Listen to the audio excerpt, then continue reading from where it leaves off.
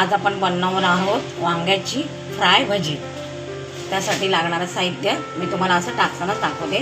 मी त्यासाठी घेतलंय 1 चमचा आला पेस्ट, आला लसूण पेस्ट, 1 चमचा हळद, 1 चमचा धना पावडर, 1 चमचा गरम मसाला, थोडासा एव्हरेस्ट का चिकन मसाला, त्यात टाकणार आहे थोडंसं दही, थोडंसं घेतलं एकदम, चवीप्रमाणे मीठ,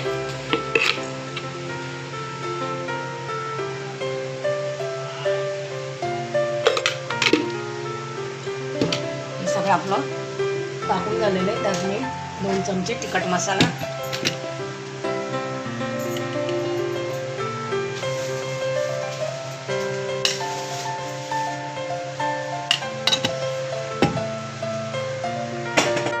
त्यात मी टाकणार आहे 1 चमचा जिरं आणि 2 चमचे सफेद तिळी। कापलेली वांगी आहेत ती थोडंसं पाणी टाकून बनवलेला मसाला आहे ना तो सर्वांना व्यवस्थित लावून घेऊ। आज आपण डीप फ्राय करणार आहोत।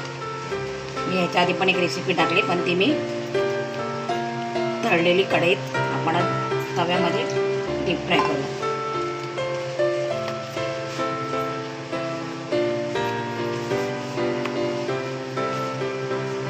तांदळाचं जाडसर पीठ घेतलंय, त्याच्यात मी थोडासा तिखट मसाला टाकलाय आणि बघा सगळं व्यवस्थित असं त्या कापांना लावून घेतलंय मसाला। आपण आता हे एक एक करून असं या पिठात चांगलं व्यवस्थित लावून घेऊ। पॅन घेतलंय मी, पॅनमध्ये तेल टाकलंय। आता हे व्यवस्थित असं पीठ मी एक एक करून लावून असं त्या पॅनमध्ये लावून घेणार।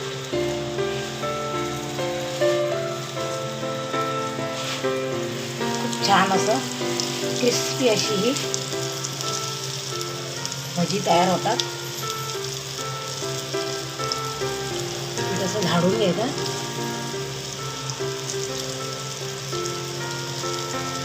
आता मी असं व्यवस्थित पहिलं लागलं पाहिजे। आपण जे मिश्रण लावलंय मसाला तो पण आता थोडी जेवढी त्या पॅनमध्ये राहतील तेवढी लावून घेऊया।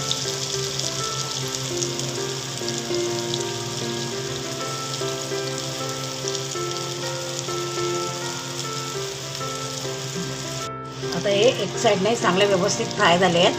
आपण आता अशी बाजू पलटून घेऊ।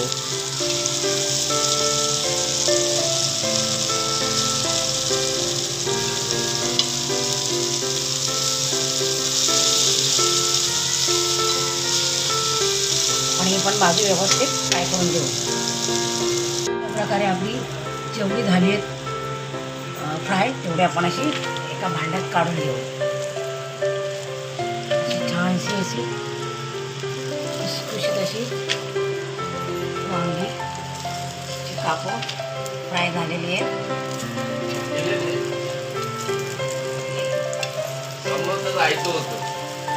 फ्राय करून घेऊ।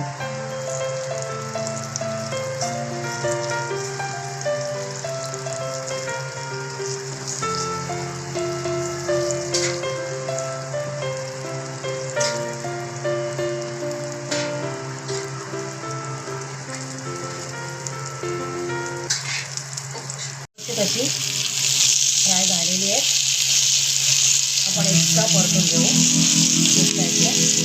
पण आपण 2 मिनिटांनी यन्तु नदयो वर्षन्तु पर्जन्याः सुपिप्पला ओषधयो भवन्तु अन्नवता मोदनवता मामिक्षवता